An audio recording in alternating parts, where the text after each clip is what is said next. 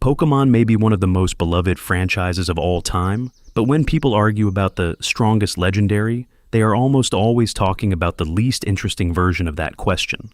We throw around base stats, competitive tiers, and who would win in a box art slap fight. But in the actual lore, some of these things are so powerful that just existing near them is a health hazard for reality itself.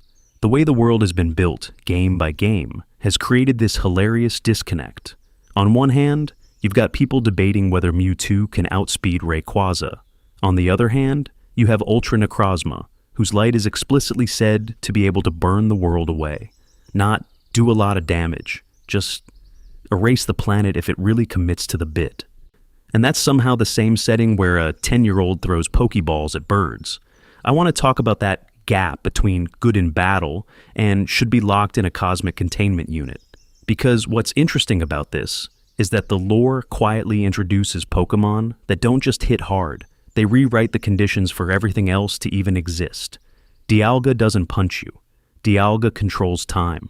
Palkia doesn't just have a strong dragon-type move. It governs space.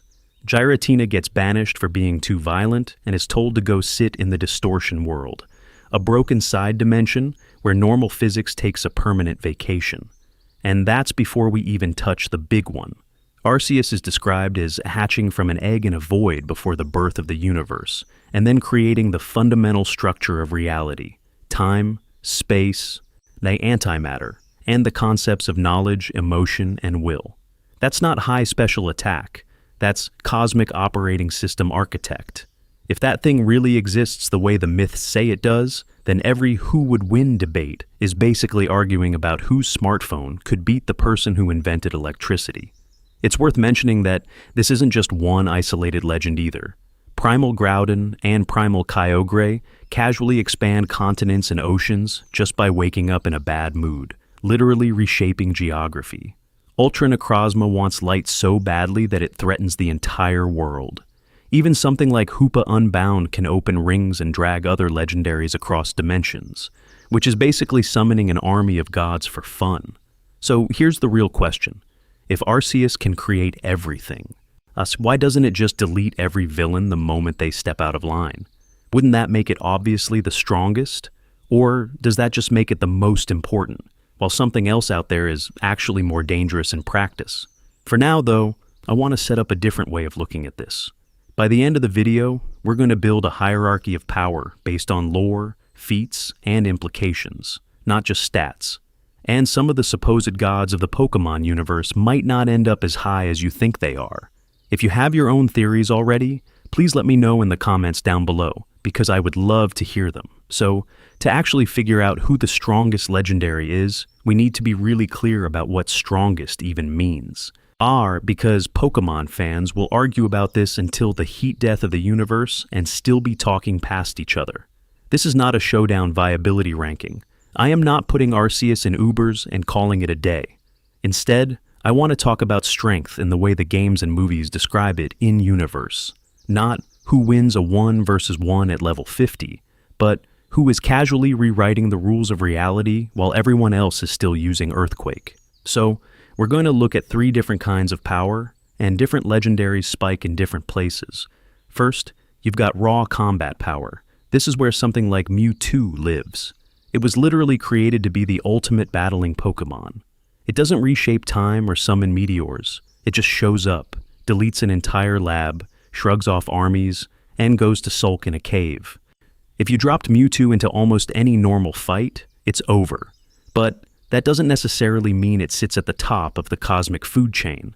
Second, we have what's basically reality warping, or cosmic influence.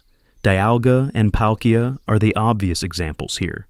Dialga doesn't just move fast, it governs time. Palkia doesn't just teleport, it rules space. Giratina lurks in a dimension where the normal rules of physics don't even apply. These are Pokémon, where just existing near them can mess with the world in ways that no amount of base stats can really capture. What's interesting about this is that they might lose a straight fistfight to something, but if they decide you never existed in the first place, that's kinda game over. And then there's the third axis. Existential, world-ending potential. This is where things like Eternatus and Ultra Necrozma come in. Eternatus basically turns the entire Galar region into a Dynamax hazard zone and triggers the darkest day just by waking up. Ultra Necrozma's light is described as being able to burn everything, including the world itself. Primal Groudon and Primal Kyogre expand continents and oceans just by unleashing their full power. These aren't just strong, they're walking patch notes for the planet.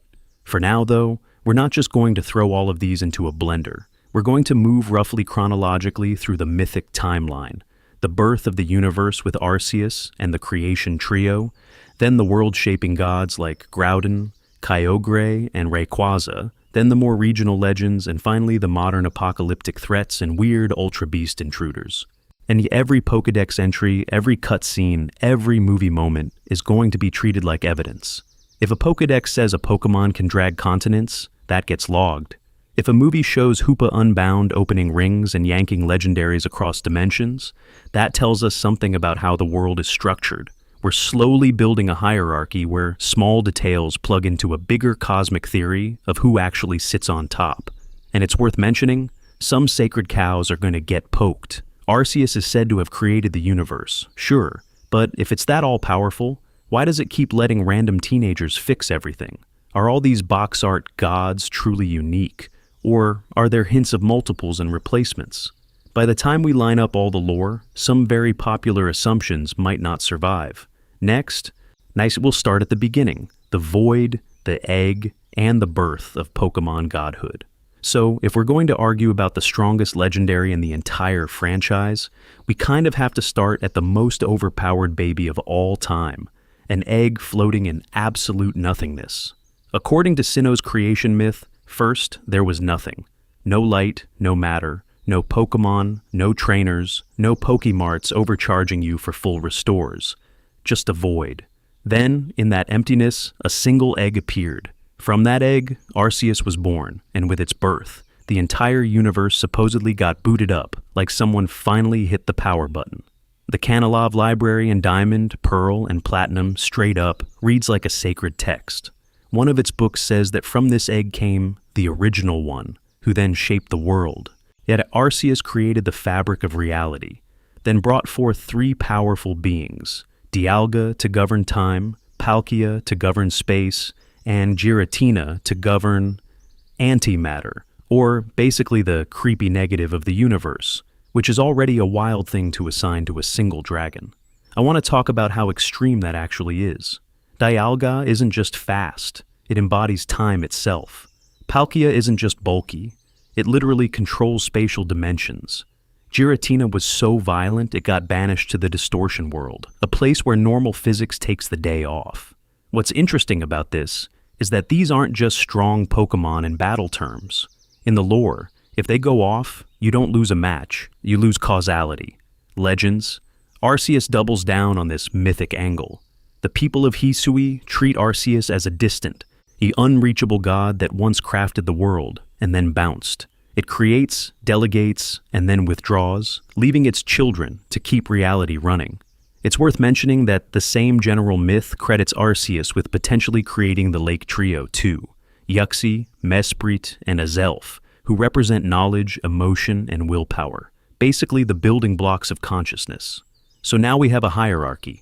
Arceus at the top, then the creation trio controlling time, space, and antimatter, then the Lake Trio shaping how minds even exist within that universe. This is not a normal power scale. This is, your favorite sweeper is an ant on the back of a cosmic dragon territory. But here's where it gets messy. Is any of this literal cosmology, or is it in-universe religious myth? The Kanalov texts read like legends. The Hisui people are clearly working off stories and visions. If even part of this is exaggerated, how much weaker is Arceus actually? And how much of this is just ancient people trying to explain why the sky is weird sometimes? For now, though, the games never fully clarify, which is great for theory crafting and terrible for clean power rankings. And even if we take the myth at face value, Arceus does something very risky for a so-called omnipotent being. It hands out god-level admin rights. If Dialga controls time and Palkia controls space, in theory, they could break Arceus' own universe from the inside out.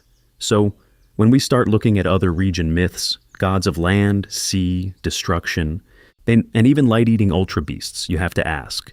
Did the original one accidentally create rivals powerful enough to tear its carefully built world apart? If Arceus handing out universe admin rights sounds bad, the job descriptions it gives the creation trio are somehow worse. These aren't just big dragons with cool stats. These are the things your reality is running on. And the games kind of casually admit that if you scratch one of them too hard, the whole world might blue screen. I want to talk about Dialga first, because time is already confusing, and Pokémon said, what if it had a heartbeat? Several Pokédex entries flat out say that Dialga's heartbeat is the flow of time itself, and that time moves when Dialga moves. That means every second you've ever experienced is basically this steel dinosaur's cardio routine. What's interesting about this is the implication. If Dialga is injured or restrained or, hypothetically, killed, you're not just knocking out a legendary, you're corrupting the timeline. Do clocks start desyncing? Do events rewind? Do we get 5 different Sinnoh remakes because history keeps trying to fix itself? Then there's Palkia, the embodiment of space, which is already a red flag. Its entries say it can warp space, exist in a different dimension, and that its very existence stabilizes the spatial structure of the world. So, just by being alive, Palkia is acting like cosmic duct tape, holding the universe together. When it gets angry, it doesn't just throw Draco meteors. It bends the battlefield, folds distances, and potentially tears holes between dimensions. In other words, if you annoy Palkia, and your hometown isn't destroyed, it's now located somewhere behind the couch cushions of reality. Giratina is where the lore goes from dangerous to, did a horror writer sneak into Game Freak? Arceus created it as the antimatter counterpart, then banished it for its violence to the distortion world, a place where gravity, perspective, and basic physics all gave up. It rules that realm, and its Pokédex entries talk about it appearing in ancient cemeteries and dragging things into its dimension. Antimatter in real science is already terrifying, but here, it's basically a license to invert or destabilize reality itself. If Giratina decides it's done behaving, it doesn't need to nuke a city. It can just flip the rules of existence like a light switch. Together, these 3 aren't just strong Pokémon, and they're the operating system of the universe. Time, space, and the underlying matter/antimatter balance. It's worth mentioning that if any one of them goes completely out of control, you don't get a fun anime disaster arc. You get the fabric of reality unraveling. No time, no space, no stable matter, no world. So when people ask, who wins, Dialga or something like Mewtwo or Rayquaza, I have to question if that's even a battle anymore. If Dialga or Palkia actually went all out, we're not talking HP bars, we're talking timeline deletion and map corruption. For now, though, the games politely pretend they can be knocked out by a 10-year-old in an Ultra Ball. If you have your own theory about which legendary could actually break this universe first, please let me know in the comments down below. No, because I would love to hear them before Dialga's next heartbeat. So if Dialga and friends are busy threatening the timeline itself, Hoenn is over here asking a different question. What if the world doesn't need time travel to die? It just needs really bad weather. I want to talk about Groudon, Kyogre, and Rayquaza, because these 3 basically speedrun climate catastrophe as their whole personality. Groudon and Kyogre aren't just land-type and sea-type mascots. In the Omega Ruby and Alpha Sapphire lore, they are literally the primal forces that created continents and oceans. When they undergo primal reversion, the games say they're returning to their original, unchained state, where just existing at full power makes the land swell or the sea rise. They don't build landforms over millions of years. They clock in for work. All roar once, and suddenly there's a new mountain range or an entire extra ocean where your hometown used to be. What's interesting about this is that their fighting isn't just a big storm. Their ancient conflict is described like a planetary-scale tectonic tantrum. Every clash between them rewrites the map. Volcanoes erupt, sea levels spike, the sky turns into a permanent disaster warning. If that keeps going, you don't need Arceus to blink the universe out of existence. Civilization just quietly drowns, starves, or gets buried under magma. And this got so bad in the lore that the only thing that stopped them was a 3rd legendary literally descending from space to tell them to knock it off. Rayquaza's whole job description is emergency patch for a broken planet. It lives in the ozone layer, which is already ridiculous. That's because that implies a body durable enough to survive solar radiation and zero real atmosphere. It can mega-evolve on its own, just by eating meteoroids, which is both metal and kind of gross. But that self-mega is important.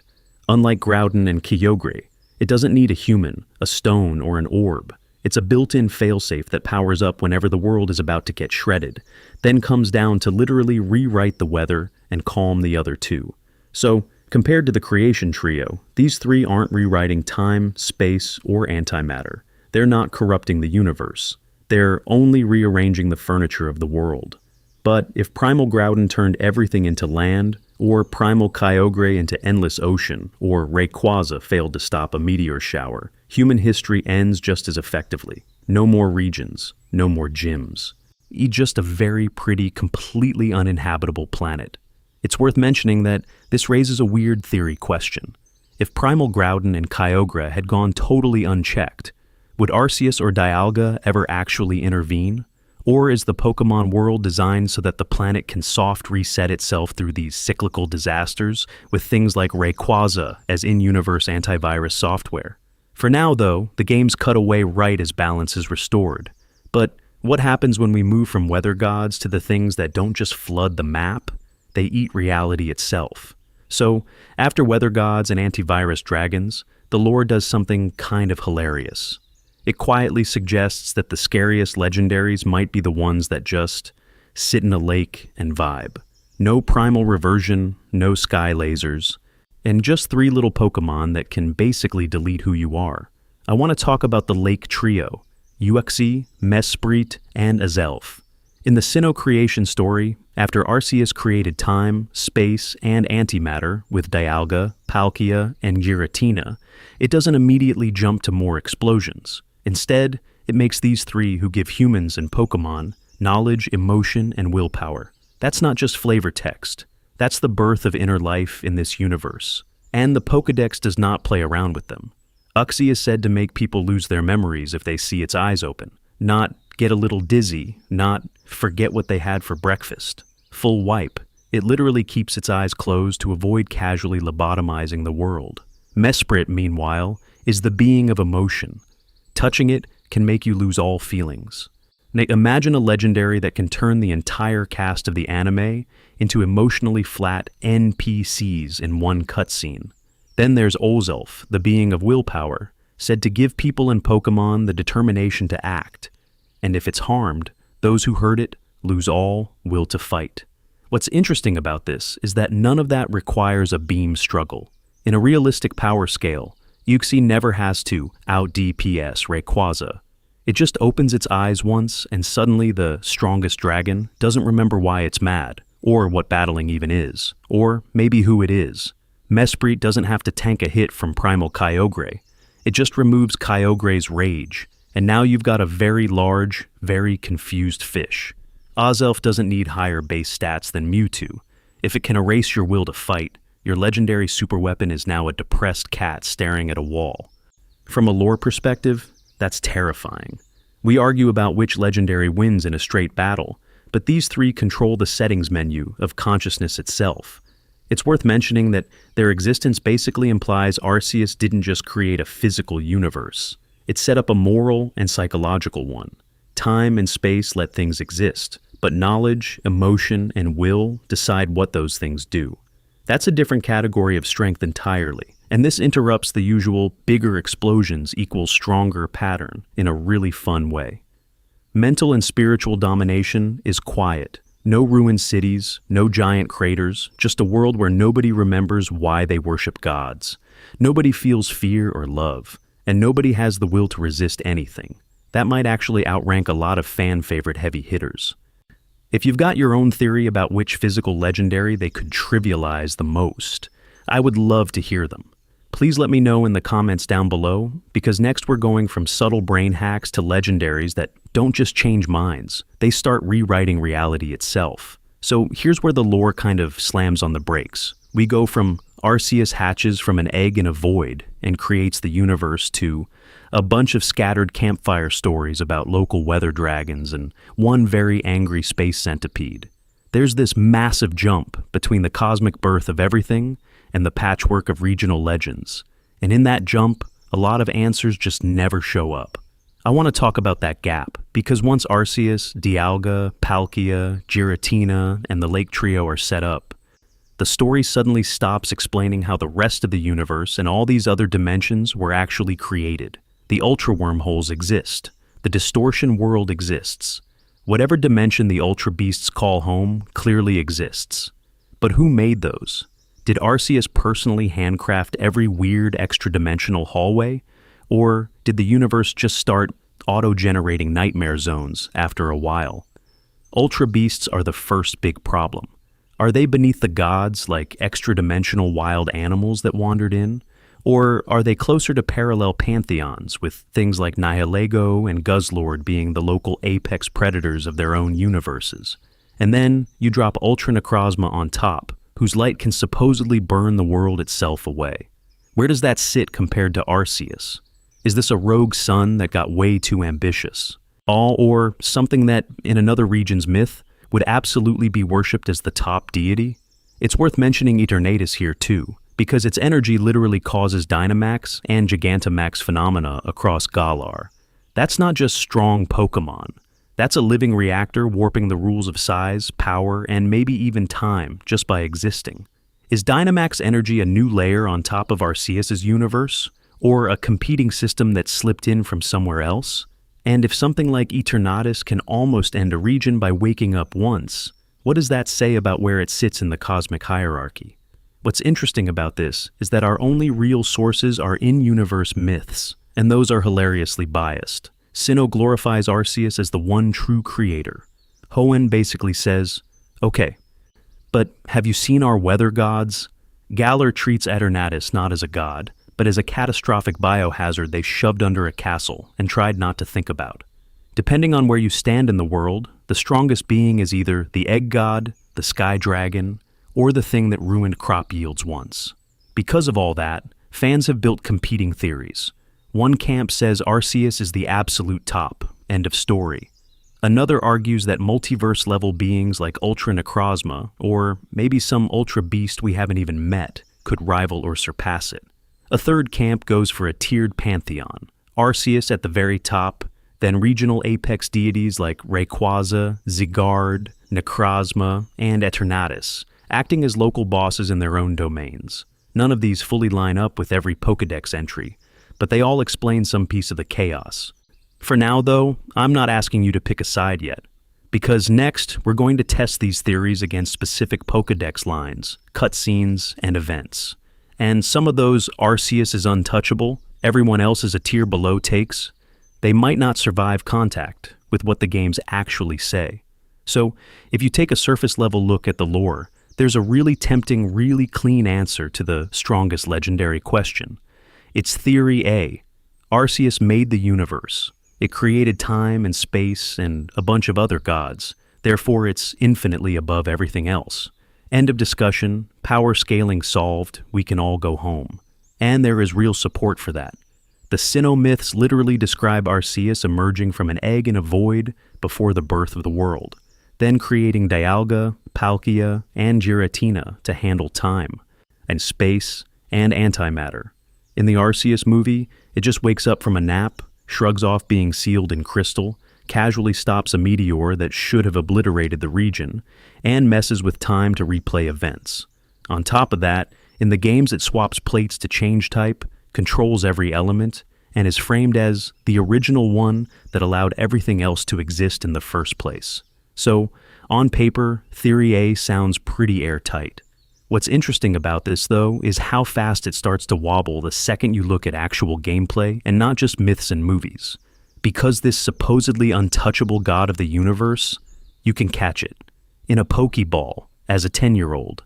In Legends Arceus, your character literally battles Arceus after finishing the Pokédex. You don't just get vaporized for daring to throw a ball at it. You dodge its attacks like it's a slightly more intense boss fight, whittle down its HP bar, and then it lets you catch a fragment of itself. In regular games, it takes damage from normal moves. A tackling Bidoof will not win that fight, but the fact that damage numbers even appear on the screen is already kind of wild if this thing is supposed to be an infinite, omnipotent creator. I want to talk about that tension between lore and mechanics for a second because it's worth mentioning. One way to save Theory A is to say, okay, catching Arceus is just a gameplay abstraction. You're not imprisoning the literal god of time and space. You're interacting with a limited avatar, a localized manifestation that's choosing to play by the rules of this world. Yet that actually fits the way it appears as a single physical being, instead of some omnipresent cosmic force humming behind everything. But if we accept what the games show us at face value, it implies something very different. Even God has stats. Even God has a level, can be struck, can be outsped. Arceus might sit at the top of the cosmological org chart, but it still has to exist inside a system where Ultra Necrozma can burn worlds with its light. Primal Groudon and Kyogre can rewrite the planet's surface, and beings like Eternatus or the Ultra Beasts threaten entire dimensions. So, for now though, I'd say Arceus is probably most important in terms of creation, but not obviously unbeatable in every practical sense. And if you have your own Arceus theories, please let me know in the comments down below. I would love to hear them. Because next, we're going to look at those multiversal threats and reality warping monsters one by one, and see which of them might actually challenge the so-called original one. So, if Arceus is the original one, the god of our nice, tidy creation myth, then Ultra Necrozma and Eternatus are the things that show up, kick down the door, and ask, whose rules? I want to talk about this second theory because it basically says the scariest Pokémon might be the ones that don't fit into Arceus' universe at all. Let's start with Ultra Necrozma. Regular Necrozma is already a walking light blackout, but when it absorbs enough energy and becomes Ultra Necrozma, the Pokédex just casually drops, that its radiance can burn everything it touches. Not just forests, not just cities, everything. And some entries go as far as implying that if it really cut loose, that light could burn the entire world. What's interesting about this is that it isn't war, or weapons, or even a mad scientist. It's just raw, uncontrolled cosmic dragon light that turns existence into overexposed film. Then over in Galar, Eternatus is basically a doomsday engine that someone accidentally left, buried under the region. It's an alien dragon that fell from space. Its body is literally a reactor of Dynamax energy, and the last time it woke up, we got the darkest day. A sky full of storm clouds, rampaging kaiju-sized Pokémon, and a region on the brink of collapse. The lore flat out says Eternatus' core powers the whole Dynamax phenomenon, and that if it awakens again, the entire region, or worse, is at risk. This is not a local weather problem. This is a the world was not built to handle this thing problem. And it's worth mentioning that Eternatus and Ultra Necrozma aren't alone. The Ultra Beasts in general are treated like invasive cosmic glitches. They don't slot neatly into the Arceus Dialga Palkia family tree. They just kind of exist out there in the multiverse, then tear a hole in reality and wander into Alola like extra-dimensional cockroaches. The way characters talk about them, you get this sense that the Pokémon world is one ecosystem, and the Ultra Beasts are from some much bigger, much less friendly cosmic ecology. So, could Ultra Necrozma or Eternatus actually rival Arceus? On paper, this theory sounds great. World-burning light, region-ending dragon reactor. But in practice, both of them get beaten. In Ultra Sun and Ultra Moon, a teenager with a team of very strong Pokémon can take down Ultra Necrozma. In Sword and Shield, Eternatus is terrifying, but it's still defeated by the player, Zacian, Zamazenta, and a conveniently timed cutscene. These are catastrophic beings, but they're still boss battles, not untouchable authors of reality. For now, though, the best compromise is this. Arceus might be the architect of this universe's rules, the thing that set time, space, and Pokémon biology in motion. Ultra Necrozma, Eternatus, and the Ultra Beasts feel like external bugs in that code, outsiders that weren't accounted for at birth, and can shatter the system if ignored. But if the universe has an architect and invaders, what about the entities that live between those layers entirely, in places where even Arceus' rules don't seem to apply? And this is where the power scaling chart just kind of breaks down. Because right when you're getting used to universe eggs and time dragons, the series throws in something arguably scarier.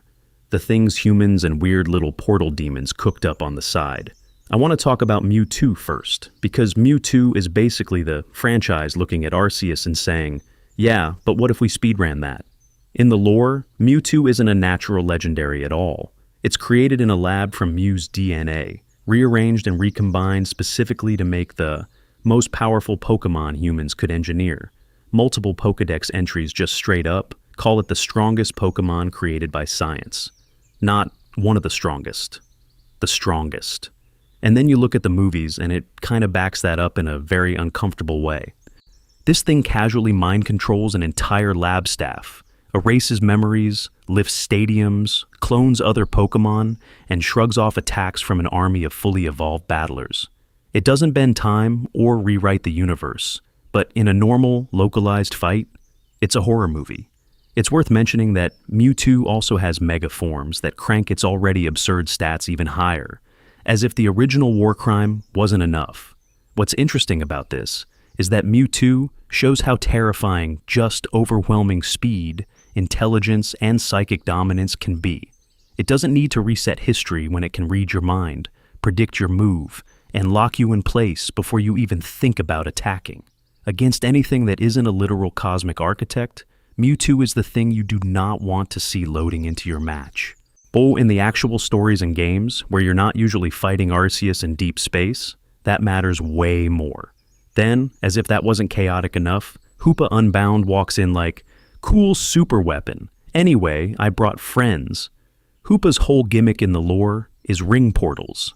But not cute little teleport circles. This thing can open gates across dimensions and drag other legendaries through.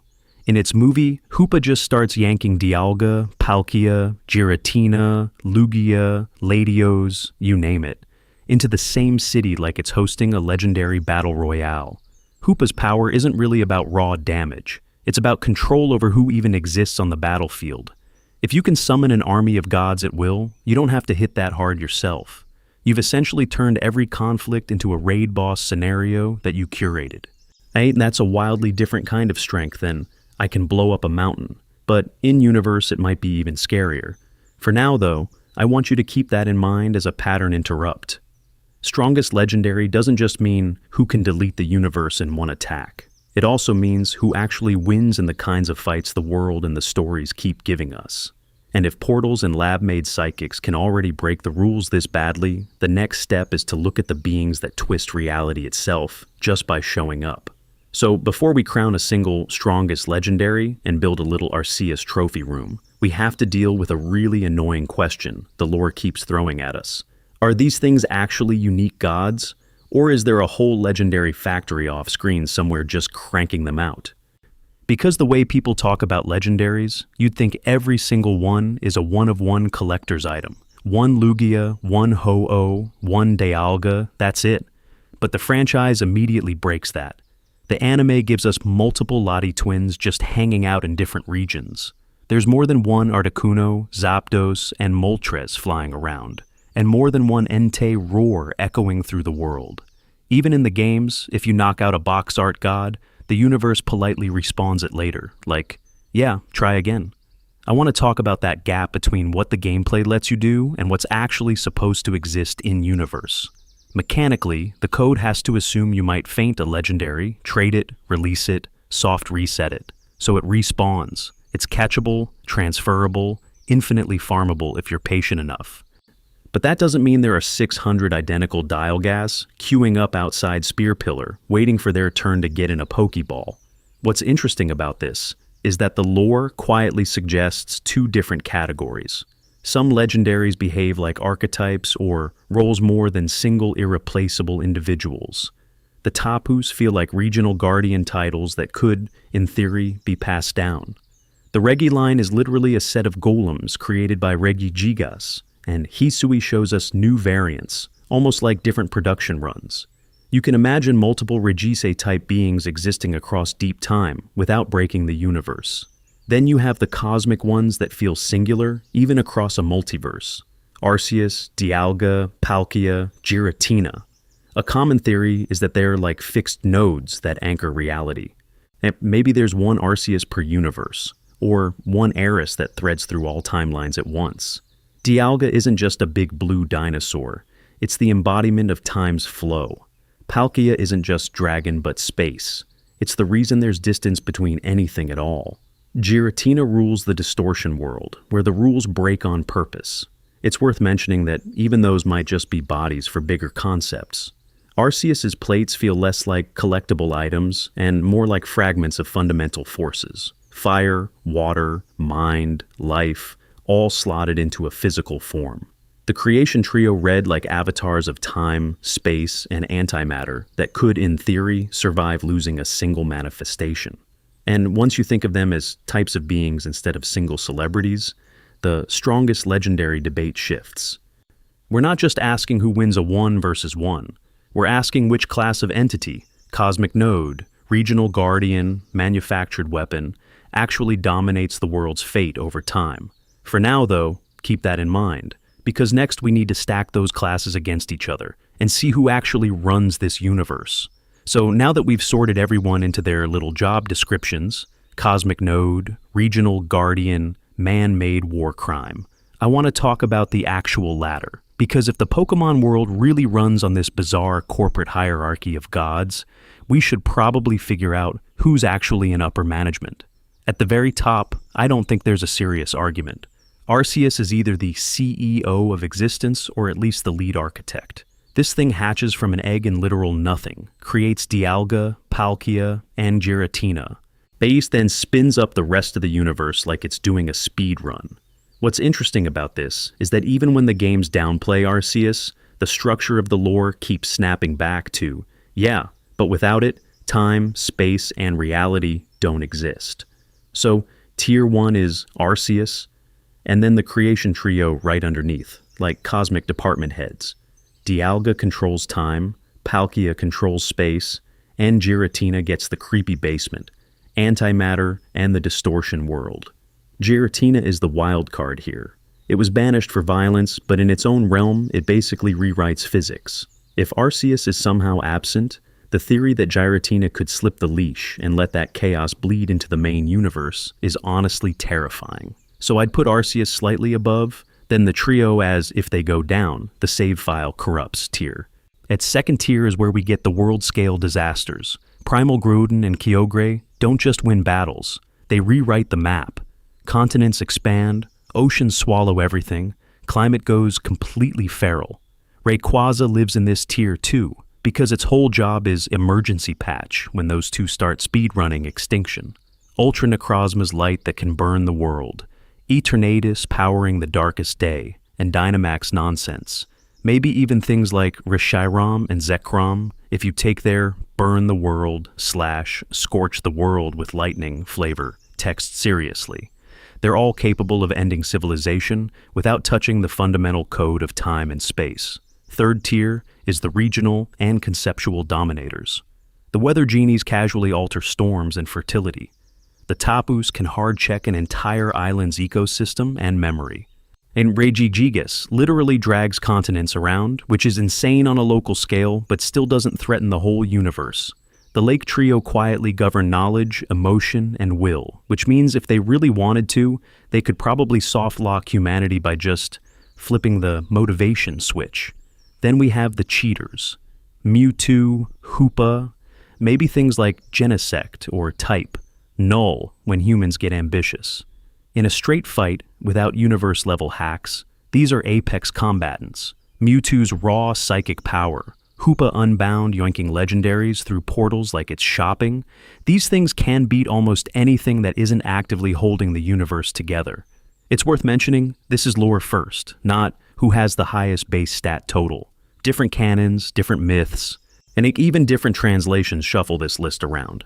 If your theory puts Mew at the top, or argues Giratina secretly outranks Arceus, please let me know in the comments down below. I would love to hear them. Because the real question isn't just who's strongest, it's what happens if even one of these tiers collapses.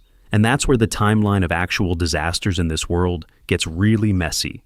So, once you zoom out from all the charts and arguing about base stats, It kind of feels like the uncomfortable answer is, this world only exists because a tiny council of cosmic dragons and weird gods lets it.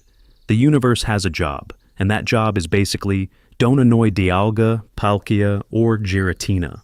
To recap the core idea, I want to talk about strongest in 3 different flavors. If you care about universe creation, Ewa then Arceus and the Creation Trio win by default. They literally shape time, space, and the antimatter basement, where reality goes to sulk. If you care about world destruction, then things like Primal Groudon, Primal Kyogre, Ultra Necrozma, and Eternatus are the real nightmare fuel. And if you only care about battle wins, you end up with a totally different list full of Mewtwo, Zacian, Calyrex Shadow, and all the usual competitive suspects. What's interesting about this is how many of the biggest threats are technically outsiders.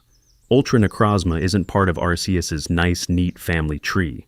It's a light-eating dragon that can burn the entire world just by trying its best. Eternatus is literally a space centipede that crash lands, coughs out Dynamax energy, and almost ends Galar by existing. These aren't employees of the cosmic system. That's their malware. And then you have the stuff that sounds soft, but is secretly busted. The Lake Trio just hand out knowledge, emotion, and will, which sounds like a group therapy session until you remember that without those, humans and Pokémon might not even function. Hoopa can casually open portals and drag other legendaries across dimensions like it's ordering takeout. Even regional deities like the Weather Trio are playing with planet-sized sliders. So, here's the question I really want you to answer. When you combine lore, actual feats, and in-game power, who is truly the strongest legendary and why? Not just Arceus because God, but your full theory. Do you think Giratina wins because antimatter breaks everything? Does Ultra Necrozma outscale everyone because it can erase the world with its light? Or does some weird pick like Hoopa Unbound or Calyrex with both steeds sneak in on a technicality? Please let me know in the comments down below, and if you've got obscure Pokédex citations, anime scenes, movie moments, or manga feats that completely destroy my ranking, I would love to hear them. It's worth mentioning the lore is already a mess, so if you can build a better hierarchy out of it, go for it. For now though, I'm seriously tempted to keep going. We barely touched mythical Pokémon power levels, we didn't really unpack the full Arceus creation myth, and I kinda want a whole episode that's just Ultra Beasts and multiverse cosmology. So, if you want deep dives on any of those, tell me which one you'd watch first, and which legendary you're betting on when the cosmic dragons finally stop being nice.